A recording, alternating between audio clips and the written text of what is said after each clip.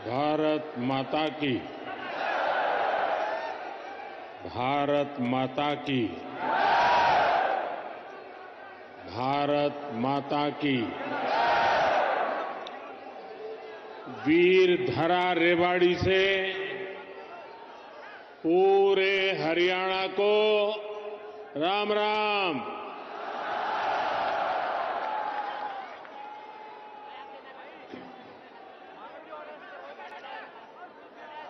मैं जब भी रेवाड़ी आता हूं तो कितनी ही पुरानी यादें ताजा हो जाती है। रेवाड़ी से मेरा रिश्ता कुछ अलग ही रहा है। मैं जानता हूं रेवाड़ी के लोग मोदी को बहुत ज्यादा प्यार करते हैं।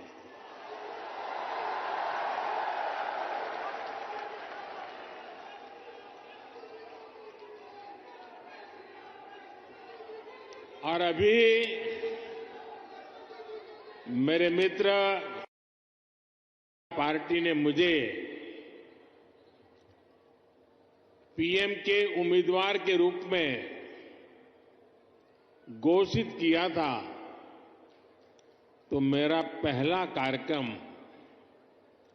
रेवाड़ी में हुआ था।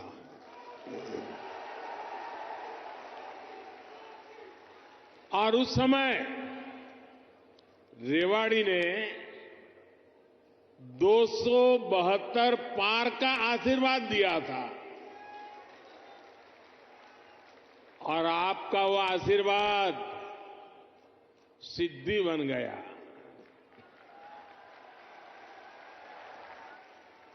अब लोग कह रहे हैं कि मैं फिर एक बार रेवाड़ी आया हूं, तो आपका आशीर्वाद है अब की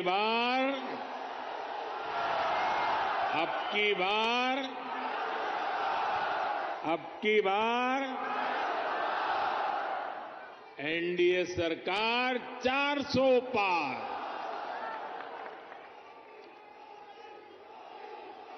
साथियों, लोकतंत्र में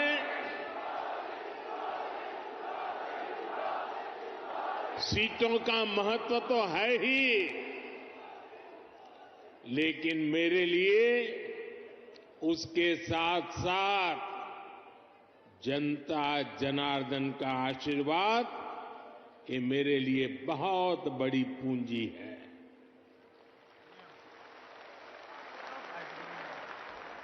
आज पूरी दुनिया में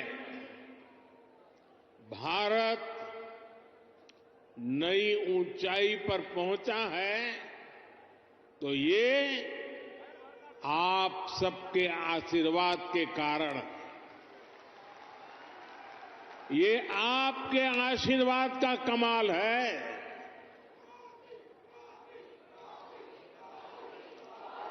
मैं कल ही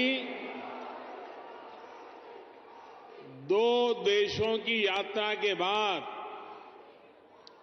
देर रात हिंदुस्तान लौटा हूं।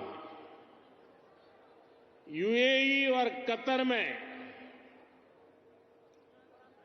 जिस प्रकार का आज भारत को सम्मान मिलता है, हर कोने से भारत को शुभकामनाएं मिलती हैं, वो सम्मान सिर्फ मोदी का नहीं है, वो सम्मान हर भारतीय का है, आप सबका है।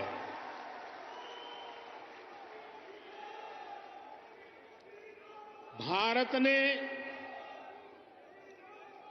G20 का सफल सम्मेलन किया, तो ये आपके आशीर्वाद से हुआ।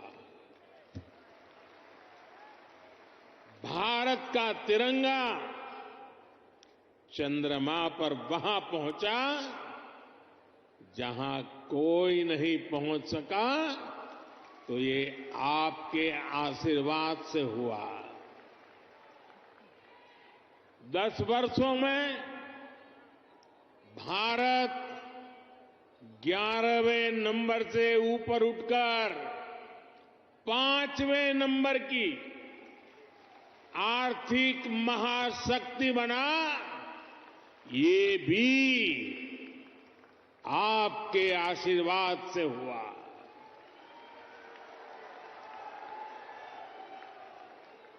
और अब मुझे अपने तीसरे टर्म में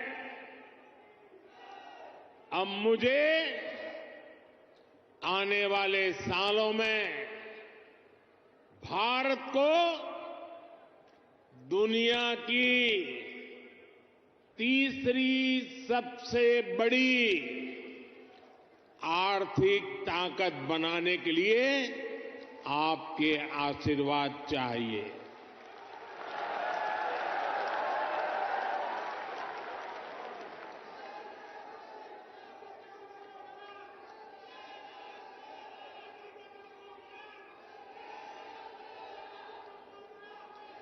हरियाणा के मेरे भाई और बहनों, विकसित भारत बनाने के लिए हरियाणा का विकसित होना भी बहुत जरूरी है। और हरियाणा तभी विकसित होगा जब यहां आधुनिक सड़कें बनेगी। हरियाणा तभी विकसित होगा जब यहां रेलवे का आधुनिक नेटवर्क होगा। हरियाणा तभी विकसित होगा जब यहां बड़े और अच्छे अस्पताल होंगे।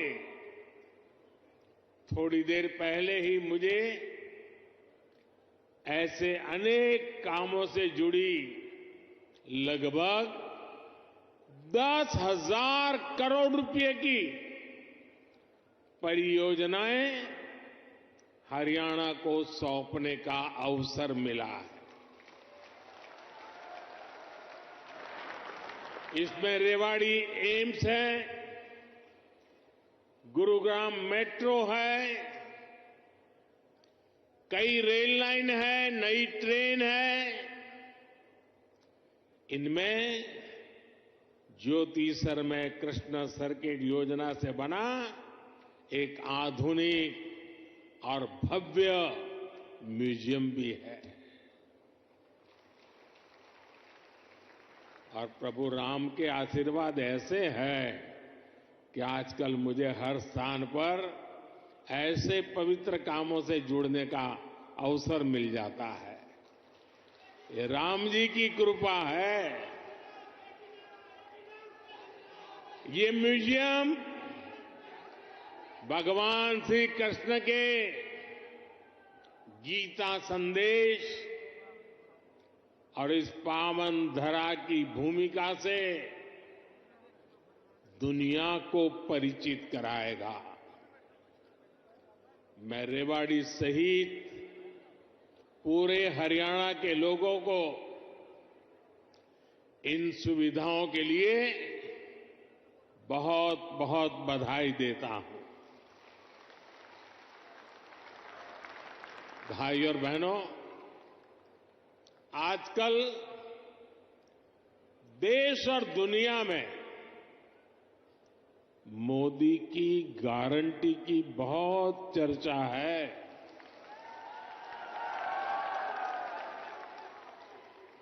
और रेवाड़ी तो मोदी की गारंटी का सबसे पहला गवाह है। यहां पीएम पद के उम्मीदवार के रूप में मैंने देश को कुछ गारंटियां दी थी। देश की इच्छा थी कि दुनिया में भारत की साख बढ़े, ये हमने करके दिखाया। देश की इच्छा थी कि अयोध्या में प्रभु राम का भव्य मंदिर का निर्माण हो। आज पूरा देश भव्य राम मंदिर में विराजे रामलला के दर्शन कर रहा है। और तो और कांग्रेस के लोग, जो लोग हमारे भगवान राम को काल्पनिक बताते थे,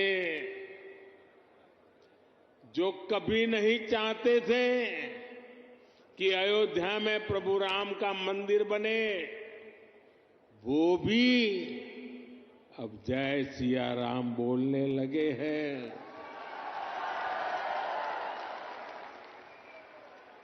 साथियों, कांग्रेस ने दशकों तक जम्मू कश्मीर से आर्टिकल 370 हटाने पर रोड़े अटकाए थे। मैंने आपको गारंटी दी थी कि जम्मू कश्मीर से आर्टिकल 370 हटाकर रहूंगा। आज कांग्रेस की लाख कोशिश के बावजूद आर्टिकल 370 इतिहास के पन्नों में खो गया है। आज जम्मू कश्मीर में महिलाओं, दलितों, पिछड़ों, आदिवासियों को उनके हक मिलने लगे हैं। इसलिए ही तो लोगों ने एक और संकल्प लिया है और जनता जनार्दन कह रही है, आप लोग कह रहे हैं, जिसने 370 हटाया, जिसने 370 हटाया, उस बीजेपी का टीका 370 सीटों से होगा।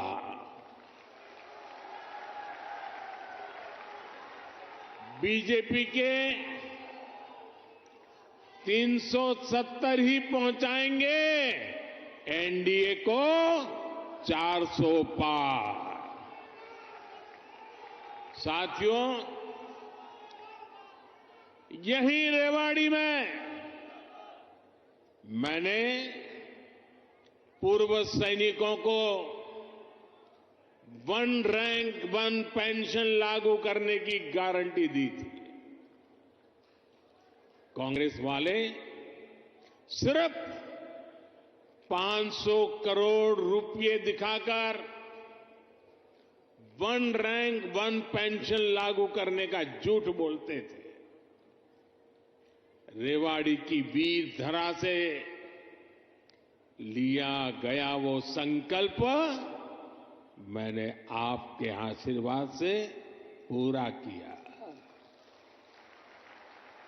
अभी तक ओआरओपी के तहत 1 रैंक 1 पेंशन के तहत पूर्व सैनिकों को करीब करीब 1 लाख करोड़ रुपए मिल चुके हैं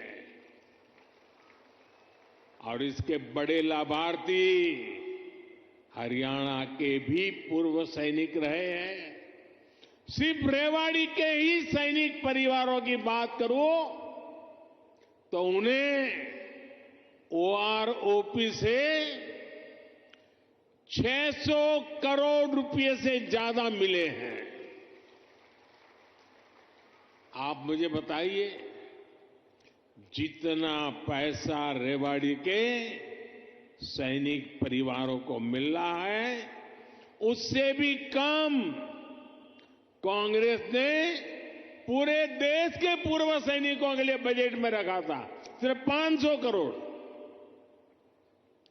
ऐसे झूठ और धोखेबाजी के कारण ही कांग्रेस को देश ने नकार दिया है। साथियों, मैंने रेवाड़ी वासियों को, हरियाणा के परिजनों को यहां एम्स बनाने की भी गारंटी दी थी। आज यहां एम्स के निर्माण की प्रक्रिया शुरू हो गई है और हमारे राव इंद्रजीत तो इस काम के लिए लगातार, वो बोलते कम है लेकिन जो तय करे उसके पीछे लगे रहते हैं। आज एम्स का शिलान्यास हुआ है तो मेरी गारंटी की, और मैं आपको कहूंगा कि आज उसका शिलान्यास किया है और लोकार्पण भी हम ही करेंगे।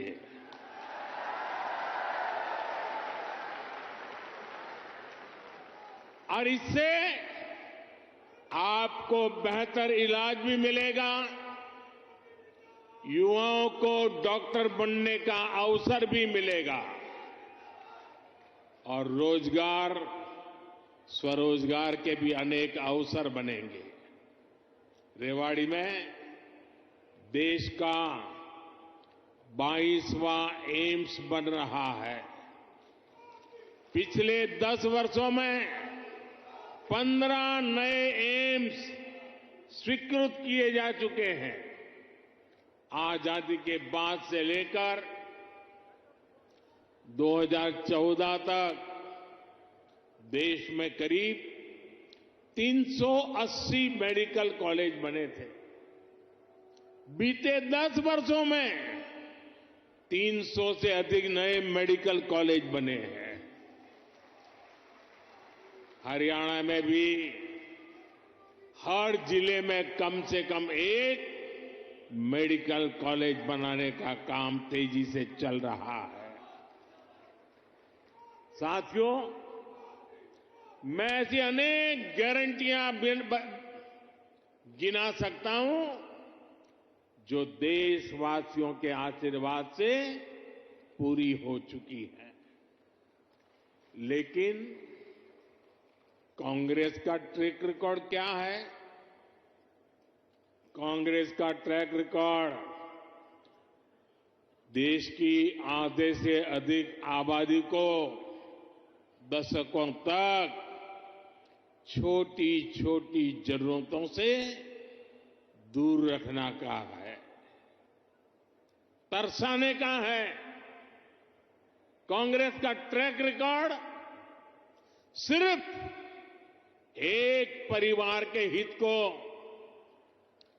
देश और देशवासियों के हित से ऊपर रखने का है।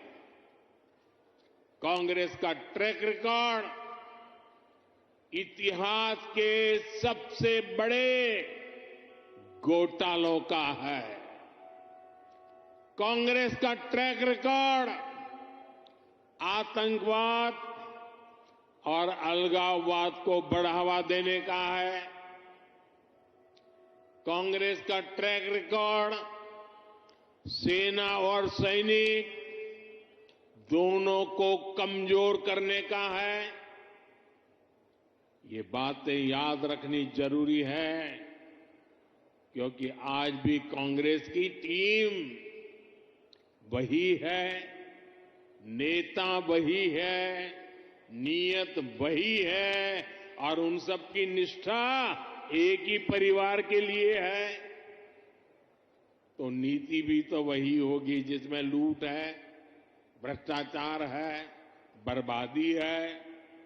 साथियों, कांग्रेस सोचती है कि सत्ता में रहना उसका जन्मसिद्ध अधिकार है। इसलिए गरीब का ये बेटा जब से पीएम बना है, ये एक के बाद एक मेरे खिलाफ साजिशें करते जा रहे हैं। लेकिन ईश्वर रूपी जनता जनार्दन का आशीर्वाद मेरे साथ है। कांग्रेस की हर साजिश के सामने जनता जनार्दन ढाल बनकर खड़ी हो जाती है। जितना ज्यादा कांग्रेस साजिशें करती है, उतना ही ज्यादा जनता मुझे मजबूत करती है, अपना आशीर्वाद देती है। इस बार भी कांग्रेस ने मेरे खिलाफ सारे मोर्चे खोल दिए हैं, लेकिन मेरे देश की जनता का सुरक्षा कवच,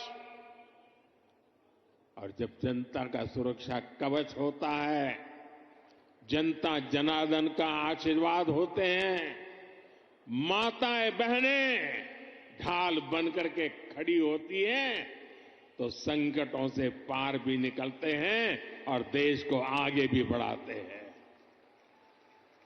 और इसलिए आप सबके आशीर्वाद से हिंदुस्तान के कोने कोने में जो मैं अनुभव कर रहा हूं, इसलिए लोग कह रहे हैं एनडीए सरकार 400 पार। एनडीए सरकार, एनडीए सरकार, एनडीए सरकार। साथियों, एक परिवार के मोह में फंसी कांग्रेस, हरियाणा में वही हाल है। आज अपने इतिहास के सबसे दयनीय दौर से गुजर रही है। इनके नेता से अपना एक स्टार्टअप नहीं संभल रहा। ये लोग देश संभालने का सपना देख रहे हैं। आज कांग्रेस की हालत देखिए। कांग्रेस के पुराने नेता एक एक करके इनको छोड़कर जा रहे हैं। जिन्होंने कभी इनके साथ आने का इरादा किया था, वो भी इनसे भाग रहे हैं।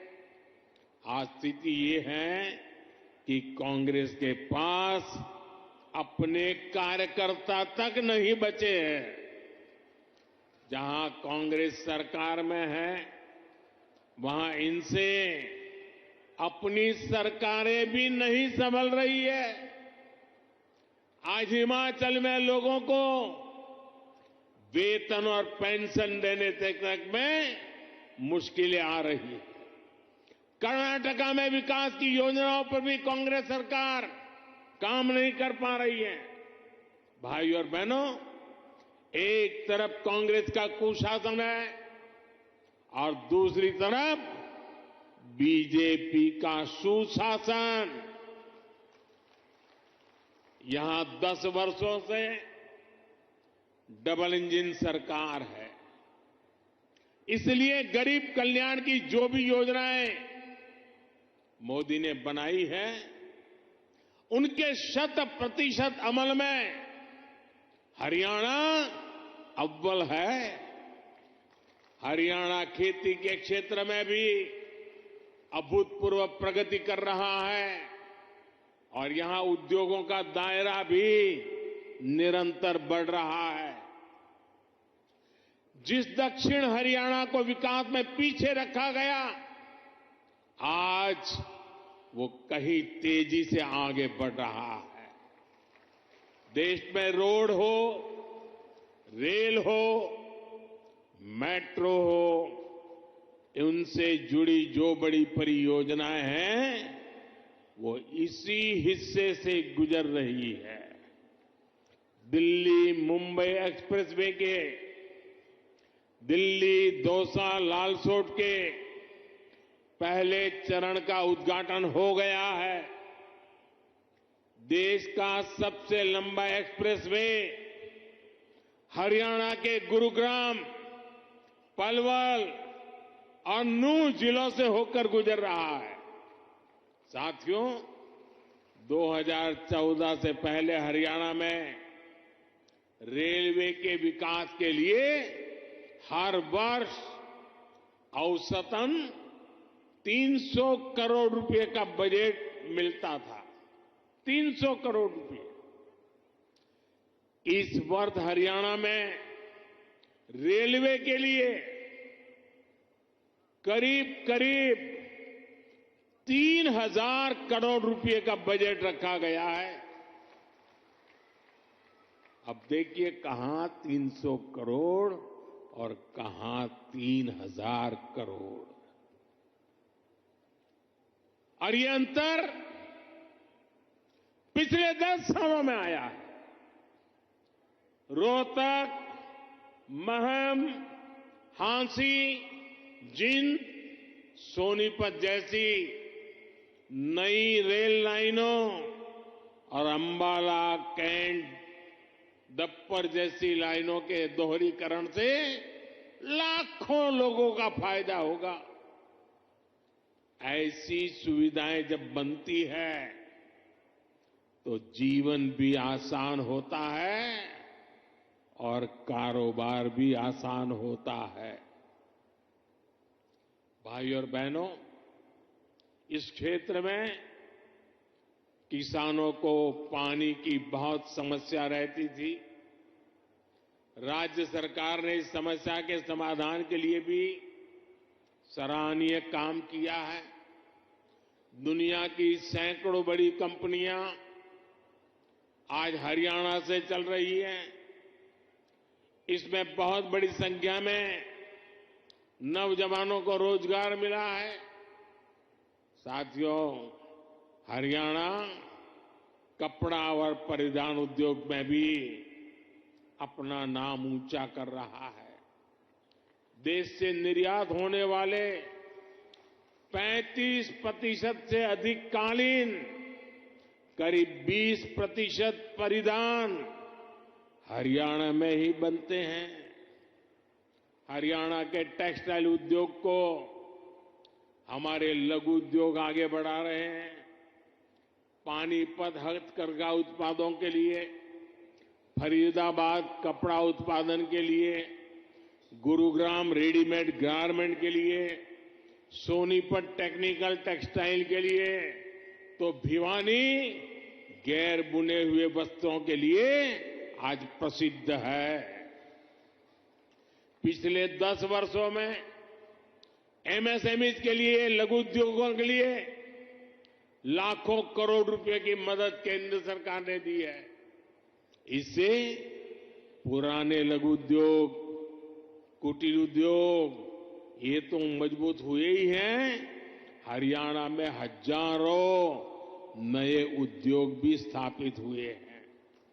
साथियों, रेवाड़ी तो विश्वकर्मा साथियों की कारीगरी के लिए भी जाना जाता है। यहां की पीतल की कारीगरी और हस्तकला बहुत मशहूर है। 18 व्यवसायों से संबंधित ऐसे पारंपरिक कारीगरों के लिए पहली बार पीएम विश्वकर्मा नाम से एक बड़ी योजना हमने शुरू की है। पीएम विश्वकर्मा योजना से देश भर में लाखों लाभार्थी जुड़ रहे हैं। भाजपा सरकार इस योजना पर 13,000 करोड़ रुपए खर्च करने जा रही है। ये योजना हमारे इन पारंपरिक कारीगरों और उनके परिवारों का जीवन बदलने वाली है।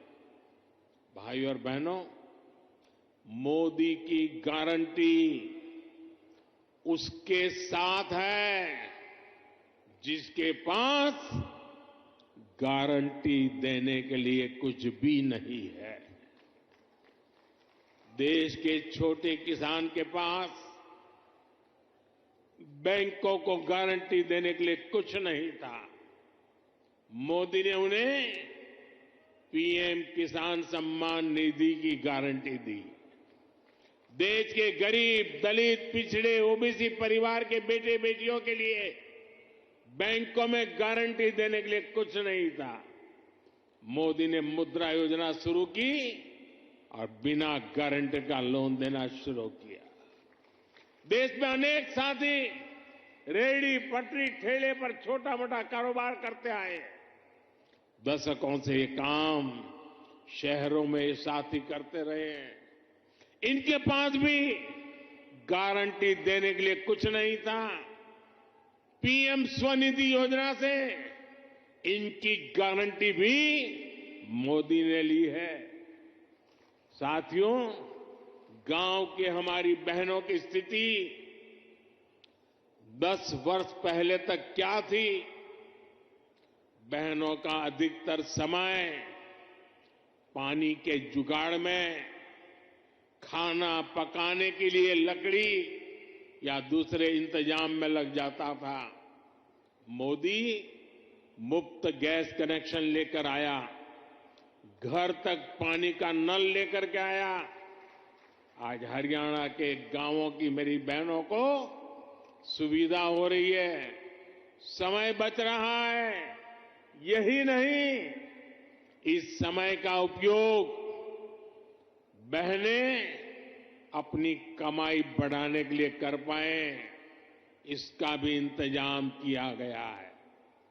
पिछले 10 वर्षों में देश भर में 10 करोड़ बहनों को हमने स्वयं सहायता समूहों से जोड़ा है। इसमें हरियाणा की भी लाखों बहनें हैं। बहनों के इन समूहों को लाखों करोड़ रुपए की मदद दी गई है। मेरी कोशिश यही है कि ज्यादा से ज्यादा बहनों को लखपति दीदी बना सकूं। अभी तक 1 करोड़ बहनें लखपति दीदी बन चुकी है। कुछ दिन पहले जो बजट हम लेकर आए हैं, उसमें 3 करोड़ बहनों को लखपति दीदी बनाने का लक्ष्य रखा गया है। हमने नमो ड्रोन दीदी योजना भी शुरू की है। इसके तहत बहनों के समूहों को ड्रोन चलाने की ट्रेनिंग दी जाएगी और ड्रोन दिए जाएंगे। ये ड्रोन खेती के काम में आएंगे और इससे बहनों को अतिरिक्त कमाई होगी। साथियों, हरियाणा अद्भुत संभावनाओं का राज्य है। मैं हरियाणा के फर्स्ट टाइम वोटर्स को, जो पहली बार मतदान करने वाले हैं, जो 18, 20, 22 साल की उम्र के हैं, उनको विशेष रूप से कहूंगा कि आपका भविष्य बहुत उज्जवल होने वाला है। डबल इंजन सरकार आपके लिए विकसित हरियाणा बनाने में जुटी है। टेक्नोलॉजी से टेक्सटाइल तक, टूरिज्म से ट्रेड तक, हर सेक्टर में रोजगार के नए अवसरों के लिए हम प्रयासरत हैं। आज पूरा विश्व भारत में निवेश के लिए उत्सुक है और निवेश के लिए हरियाणा एक उत्तम राज्य बनकर उभर रहा है। और निवेश बढ़ने का मतलब है कि नौकरी के नए अवसर भी बढ़ रहे हैं। इसलिए डबल इंजन की सरकार को आपका आशीर्वाद ऐसे ही मिलता रहे, ये बहुत जरूरी है। एक बार फिर आपको एम्स के लिए हजारों करोड़ रुपए की परियोजनाओं के लिए मेरी तरफ से बहुत बहुत बधाई। मेरे साथ बोलिए, भारत माता की, भारत माता की, भारत माता की। बहुत बहुत धन्यवाद।